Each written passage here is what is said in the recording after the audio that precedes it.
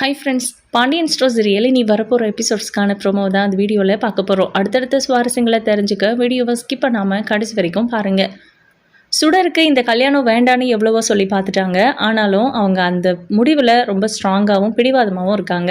ஆனால் சுடருக்கு விருப்பமே இல்லை. மயிலுக்கிட்ட சொல்கிறதுனாலையும் பிரயோஜனம் இல்லை. ஏன்னா மயில் சொன்னால் இவங்க யாரும் கேட்க மாட்டாங்க அப்படின்னு தெரியும். அடுத்து இதை எப்படி ஹேண்டில் பண்ணலாம், எப்படி நம்ம இந்த நிச்சயத்தை நிறுத்தலாம் அப்படின்னு யோசிச்சுட்டு இருக்காங்க நம்ம சுடர். இப்போ பார்த்தீங்கன்னா அவங்களுக்கு ஒரே ஒரு ஆள் ஞாபகம் வர்றது யாருன்னா பாண்டியன் தான். அவங்க மட்டும்தான் நமக்காக பேச முடியும் அப்படின்னு. பட் மயிலக்காவே அங்கே வாழலை. எப்படி அவங்க நமக்கு சப்போர்ட் பண்ணுவாங்க அப்படின்னு குழப்பமாகவும் இருக்கு.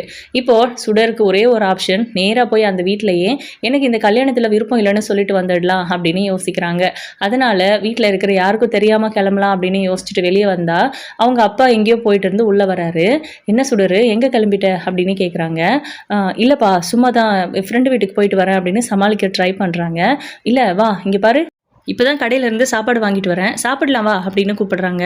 இல்லை அம்மா சமைச்சதே நான் சாப்பிட்டுட்டேன்ப்பா அப்படின்னு சொல்கிறாங்க. பரவாயில்ல வா சுடர் அப்படின்னு உள்ளே கூட்டிகிட்டு போய் அவங்க ஏதோ சாப்பாடு வாங்கிட்டு வந்திருக்காங்க. அதை ஓப்பன் பண்ணால் கமன்னு வாசையா சூப்பராக இருக்குது அப்படின்றாங்க. சக்திவேல் தான் காசு கொடுத்தாரு அப்படின்னு. என்னையா பேரெல்லாம் சொல்லிக்கிட்டு இனிமேல் சம்மந்தினே சொல்லு அப்படின்றாங்க. ஆமாம், எப்போ பணம் கொடுத்தாரு அப்படின்னு கேட்குறாங்க. காசு பணம் எதுவும் இல்லைன்னா கவலைப்படாதீங்க, உங்கள் பிள்ளைக்கு நீங்கள் தேவையானது எல்லாத்தையும் வாங்கிக்கோங்க அப்படின்னு 1,00,000 ரூபாய் காசு கொடுத்துருக்காரு, இங்கே பாரு பாக்கியம் அப்படின்னு எடுத்து காமிக்கிறாங்க.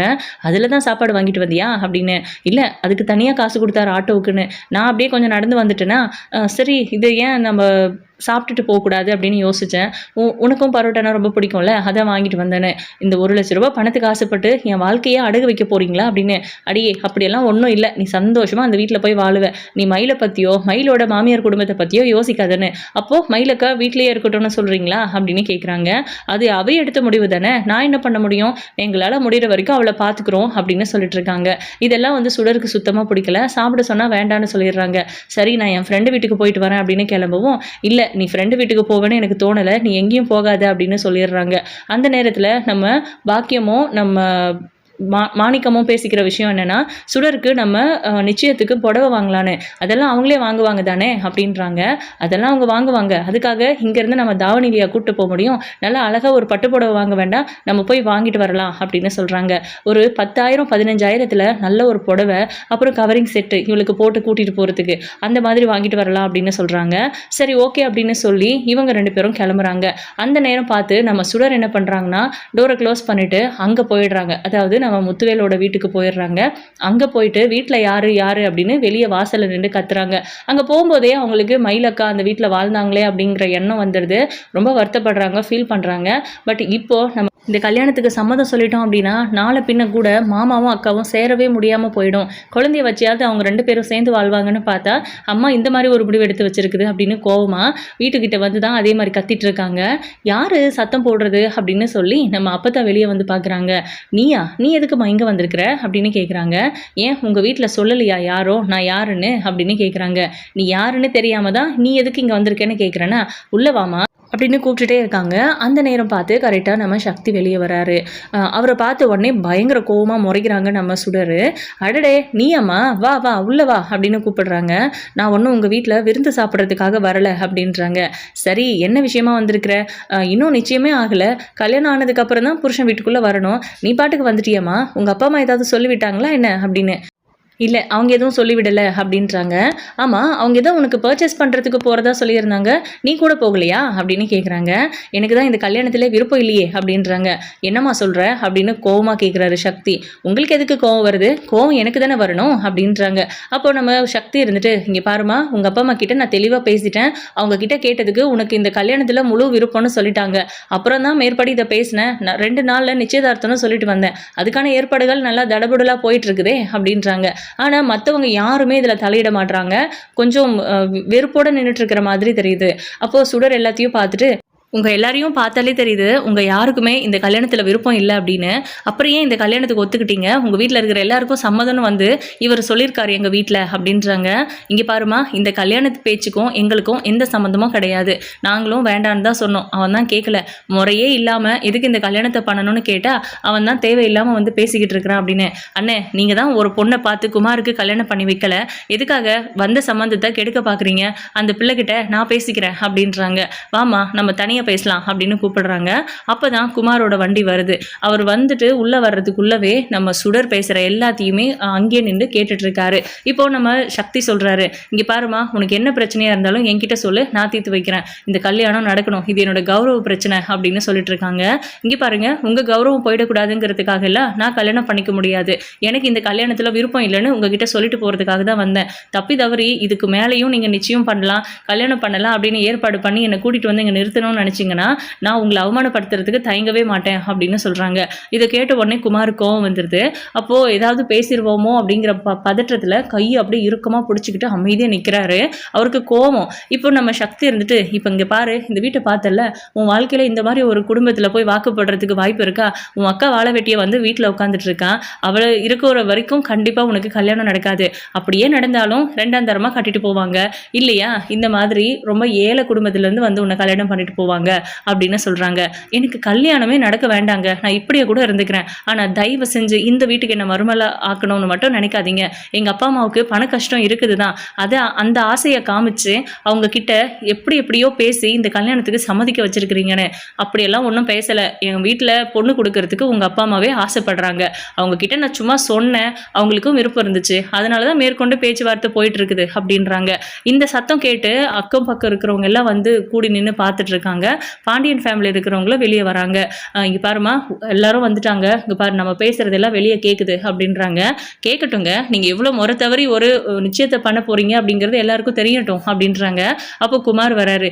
என்னடி விட்டா ஓவரா பேசுற, உன் முகரிகள்லாம் நான் ரொம்ப அதிகம் அப்படின்றாங்க. ஆமா, அப்படியே இருக்கட்டுமே, நீ எனக்கு அதிகம் தான், அப்படியே இருக்கட்டும், அதில் எனக்கு எந்த ஒரு மறுப்பும் கிடையாது. அதனால தான் சொல்கிறேன், இந்த கல்யாணத்தை நிறுத்திடலாம். உங்கள் குடும்பத்துக்கும் எங்கள் குடும்பத்துக்கும் ஏணி வச்சா கூட எட்டாது. எனக்கு இவ்வளோ லக்ஸூரியாக வாழணும்லாம் எந்த ஆசையும் இல்லை. எதிர்த்த வீடு தான் என் அக்கா வாழ்ந்த வீடு, அந்த வீட்டுக்கும் இந்த வீட்டுக்கும் சம்மந்தி முறை ஆகுது. எப்படிங்க இந்த வீட்டில் வந்து நான் வாழ முடியும்? அப்புறம் என் அக்காவோட வாழ்க்கை கேள்விக்குறி ஆயிடாதா? நாளை பின்ன குழந்தை பிறந்ததுக்கு அப்புறமாச்சும் என் அக்காவும் மாமாவும் சேர்ந்துருவாங்க அப்படின்ற கனவுல நான் இருக்கேன். இப்போ இந்த கல்யாணத்தை நான் பண்ணிட்டு வந்துட்டேன் அப்படின்னா என் அக்கா வாழ்க்கை வீணா போயிடாதா அப்படின்றாங்க. உன் அக்கா வாழ்க்கையை நினைச்சு உன் வாழ்க்கைக்கு எடுத்துக்காத அப்படின்றாரு சக்தி. இங்க பாருங்க, நீங்க அதை பத்தியெல்லாம் ஒன்றும் யோசிக்காதீங்க. என்னை பெற்றவங்களுக்கே என் வாழ்க்கையில் அக்கறை இல்லை அப்படின்னும் போது உங்களுக்கு என்ன அக்கறை? நீங்க அதை பத்தி எல்லாம் ஒன்றும் கவலைப்பட தேவையில்லை. என் லைஃப்பை நான் பார்த்துக்கிறேன். நான் கல்யாணம் பண்ணணுமா வேண்டாமா, அப்படியே பண்ணனா யாரை பண்ணணுங்கிறதெல்லாம் நான் பார்த்துக்கிறேன். இல்லைனா எனக்கு என் அக்கா இருக்கா, அவ சொல்றதை கூட செய்வேனே தவிர எங்க அப்பா அம்மா சொல்றாங்கன்னு சொல்லி தோ இங்க நிக்கிறாரே உங்க பிள்ளை, இவரெல்லாம் நான் கல்யாணம் பண்ணிட்டு வரமாட்டேன்னு அவனுக்கு என்ன குறைச்ச அப்படின்னு கேட்குறாங்க நம்ம சக்தி. அவருக்கு என்ன குறைச்சலா? அவர்கிட்ட என்ன இருக்குதுன்னு நான் அவரை கல்யாணம் பண்ணிக்கணும் சொல்லுங்க. முதல்ல நான் இந்த முறையெல்லாம் கூட விட்டுடுறேன். உங்கள் பிள்ளைய கல்யாணம் பண்ணிட்டு நான் இந்த வீட்டில் வந்து வாழணும்னு ஆசைப்படுற அளவுக்கு அப்படி என்னங்க இருக்குது உங்கள் பையன்கிட்ட அப்படின்னு கேட்குறாங்க. ஏய் என்ன வளர்ற அப்படின்றாரு நம்ம குமார். போதும் நிறுத்துறீங்களா? உங்ககிட்ட நான் பேசலை, இந்த கல்யாணத்தை பேச வந்து உங்கள் அப்பா கிட்ட பேசிட்டு இருக்கேன் அப்படின்றாங்க. சரிம்மா, என்கிட்டயே பேசு, என் பையனுக்கு என்ன குறைச்சல் இப்போ நீ சொல்கிறீங்க அப்படின்றாங்க. உங்கள் பையனை பற்றி தானே, அதான் இந்த ஊருக்கே தெரியுமேனு, உனக்கு என்ன தெரியும் அப்படின்றாரு. எனக்கும் எல்லாம் தெரியும். என் அக்காவோட கல்யாணத்தில் மீனா அக்காவையும் ராஜி அக்காவையும் கடத்தி வச்சுட்டு அந்த கல்யாணத்தை நிறுத்த முயற்சி பண்ணவர் தானே உங்கள் பிள்ளை. அது மட்டுமா, அரசியோட கல்யாணத்தை அன்னைக்கு முந்தின நாள் மிரட்டி அவளை கடத்தி கூட்டிகிட்டு போனதும் இல்லாமல் அவள் கல்யாணத்தை நிறுத்தி பொய்யா அவங்களையே தாலி கட்டிக்க வச்சு அவங்கள வீட்டுக்கு கூட்டிகிட்டு வந்து கொடுமைப்படுத்தி சித்திரவதை பண்ணி அதுக்கப்புறம் எல்லா உண்மைகளையும் வெளியே வந்து அசிங்கப்பட்டு நாரி போய் நின்றதெல்லாம் தெரியாதுன்னு நினச்சிட்டு இருக்கிறீங்களா அப்படின்னு கேட்குறாங்க. அதெல்லாம் பழி வாங்குற எண்ணத்தில் செஞ்சது. அப்படியே இருப்பான்னு நினைச்சிட்டு இருக்கியா நீ? இப்போ அதெல்லாம் நினைச்சு அவன் ரொம்ப வருத்தப்பட்டு தான் இருக்கான்னு. அப்பா இவகிட்ட எதுக்குப்பா விளக்க சொல்லிட்டு இருக்கீங்க அப்படின்றாரு குமார். நீ கொஞ்சம் சும்மா இருக்கிறியா அப்படின்னு. இந்த கல்யாணம் நடந்தா போதும்னு சக்திக்கு, ஆனா குமாருக்கு இவ இவ்வளோ பேசுறா, இவளை எதுக்கு கல்யாணம் பண்ணணும் அப்படிங்கிற நினைப்பு. அதே நேரம் நம்ம சுடர் இருந்துட்டு, இங்க பாருங்க, நீங்க என்ன பண்ணாலும் சரி, அரசியோட கல்யாணத்தை நிறுத்துறதுக்கு அரசியை கடத்தினது என் அக்காவும் மாமாவும் கல்யாணம் பண்ணிக்கிற அன்னைக்கு ராஜி அக்காவையும் மீனா அக்காவையும் கடத்தி அந்த கல்யாணத்தை நிறுத்த ட்ரை பண்ணது, இது எல்லாத்துக்கும் சேர்த்து வச்சு நான் என் கூட நிச்சயமே நடந்தாலும் கூட அந்த கல்யாணத்தை நிறுத்துறதுக்காக நான் என்னனாலும் பண்ணுவேன், என் உயிரை கூட விடுவேன் அப்படிங்கிற மாதிரி சொல்கிறாங்க. பரவாயில்ல செத்துப்போ அப்படின்னு சொல்கிறாரு சக்தி. அப்படின்னு கோவப்படுறாங்க நம்ம சுடர். ஆமாம் செத்துப்போ, என் பையன் கூட உனக்கு நிச்சயம் நடக்கணும்.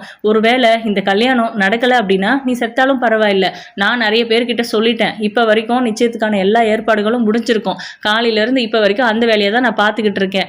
உட்காந்த இடத்துல இருந்து எல்லாத்தையும் பண்ணிட்டு நாளான்னைக்கு நிச்சயதார்த்தம்னு சொல்கிறேன். இப்போ வந்து சம்மதம் இல்லைன்னு சொல்கிறேன். உங்கள் அப்பா அம்மா என்கிட்ட முன்னாடியே சொல்லியிருக்கணும் சம்மதம் இல்லைன்னு. இப்போ நீ வந்து சொன்னாலாம் ஒத்துக்க முடியாது.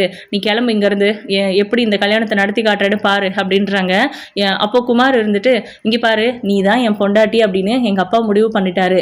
நீ என்னை கல்யாணம் பண்ணிக்கோ, அதுக்கப்புறம் வாழ்கிறதா வேணா வாங்குறதெல்லாம் நான் முடிவு பண்ணிக்கிறேன் அப்படின்றாங்க. ஒரு பொண்ணை பார்த்து எப்படி அவங்களால இப்படியெல்லாம் பேச முடியுது? அசிங்கமா இல்லை உங்களுக்கு? கூட பிறந்த தங்கச்சியையும் தங்கச்சி அக்கா முறையில் இருக்கிற மீன் அக்காவையும் கடத்தி அசிங்கமான ஒரு வேலையை பார்த்துருக்க. உன்னை காதலிச்ச ஒரே பாவத்துக்காக அந்த பொண்ணை கடத்தி அந்த பொண்ணோட வாழ்க்கையை, அந்த குடும்பத்தோட மான மரியாதையெல்லாம் வாங்கினேன். இந்த அளவுக்கு கேவலமான உன்னை எவ்வளாச்சும் கல்யாணம் பண்ணிக்க முன் வருவாளா? நான் தான் கிடைச்சேனா உங்களுக்கு அப்படின்னு சொல்லி கேட்கவும் பயங்கரமாக கோவம் வந்து, உன் குடும்பத்துக்கெல்லாம் நானே ரொம்ப அதிகம். இன்னும் முக்கியமாக சொல்லணும்னா, உன் அக்கா ஃப்ராடு தனம் பண்ணலையா? உன் அப்பா அம்மா ஃப்ராடு தனம் பண்ணலையா? அவ்வளோ ஏன் உன் அப்பா திருடிட்டு எங்கள் வீட்லேயே மாட்டிக்கிட்டு கட்டி போட்டு வச்சுருந்தோம், அதெல்லாம் மறந்து போச்சா? நீ வந்து குடும்ப யோகியத்தை பற்றி பேசுகிறியா அப்படின்னு கேட்குறாங்க. இதை கேட்கும்போது பயங்கரமாக கோவம் வந்துடுது சுடருக்கு. சட்டையை பிடிச்சிடுறாங்க. அதான் தெரியுது இல்லை, மோசமான குடும்பம், ஃப்ராடு குடும்பம், ஏற்கனவே எதிர்த்த வீட்டில் இருக்கிறவங்களை எல்லாரையும் ஏமாத்திருக்காங்க எங்கள் அப்பா அம்மான்னு. அப்புறம் எதுக்கியா என்ன பொண்ணு கேட்டு வந்தார் உங்கள் அப்பா? இங்கே பாருங்க, இதோட நிறுத்திக்கோங்க. எனக்கும் உங்களுக்கும் கல்யாணம் நடக்கும் அப்படிங்கிற நினைப்பில் ஏதாவது அடுத்த ஸ்டெப் எடுத்து வச்சிங்கன்னா நான் போலீஸ்க்கு போக வேண்டியது இருக்கும். கொஞ்சம் கூட யோசிக்க மாட்டேன். என் அக்கா குணத்தை வச்சு என் குணத்தை ஜட்ஜ் பண்ணாதீங்க. கண்டிப்பாக நான் என் அக்கா மாதிரி சாஃப்ட்லாம் கிடையாது. என்ன பண்ணணுமோ அதை பண்ணிட்டு போயிட்டே இருப்பேன். அதையும் மீறி இந்த கல்யாணத்தை நிறுத்துறதுக்காக ஒரு உயிர் போகணும்னா அது யாரோட உயிராக இருந்தாலும் அதை நான் சாதாரணமாக எடுத்துகிட்டு போயிட்டே இருப்பேன் அப்படிங்கிற மாதிரி சொல்கிறாங்க. இதை கேட்டு எல்லாருக்கும் பயங்கர அதிர்ச்சியாக இருக்குது. அதே நேரம் நம்ம சக்தி சுடர் இங்கே வந்து இப்படி பேசிக்கிட்டு இருக்காங்க, அவமானமாக இருக்குது அப்படிங்கிறத எப்படியோ நம்ம மாணிக்கத்துக்கு விஷயத்த பாஸ் பண்ணிட்டாங்க. அவங்களும் அங்கே கிளம்பி வந்துட்டாங்க, மயிலும் வந்துட்டாங்க. பெரிய பிரச்சனையாக ஆயிடுச்சு. இதுக்கப்புறமும் இந்த கல்யாணம் நடக்காது அப்படின்னாலும் கூட சக்தி விடமாட்டார். கல்யாணம் நடந்தே ஆகணும்னு நினைப்பாரு. ஃபைனலாக நம்ம சுடரோட வாழ்க்கையை குமார் கிட்ட இருந்து யார் காப்பாற்ற போகிறாங்க அப்படிங்கிறத வெயிட் பண்ணி பார்க்கலாம். உங்களோட கருத்துக்களை கமெண்ட் பண்ணுங்கள். தேங்க்யூ.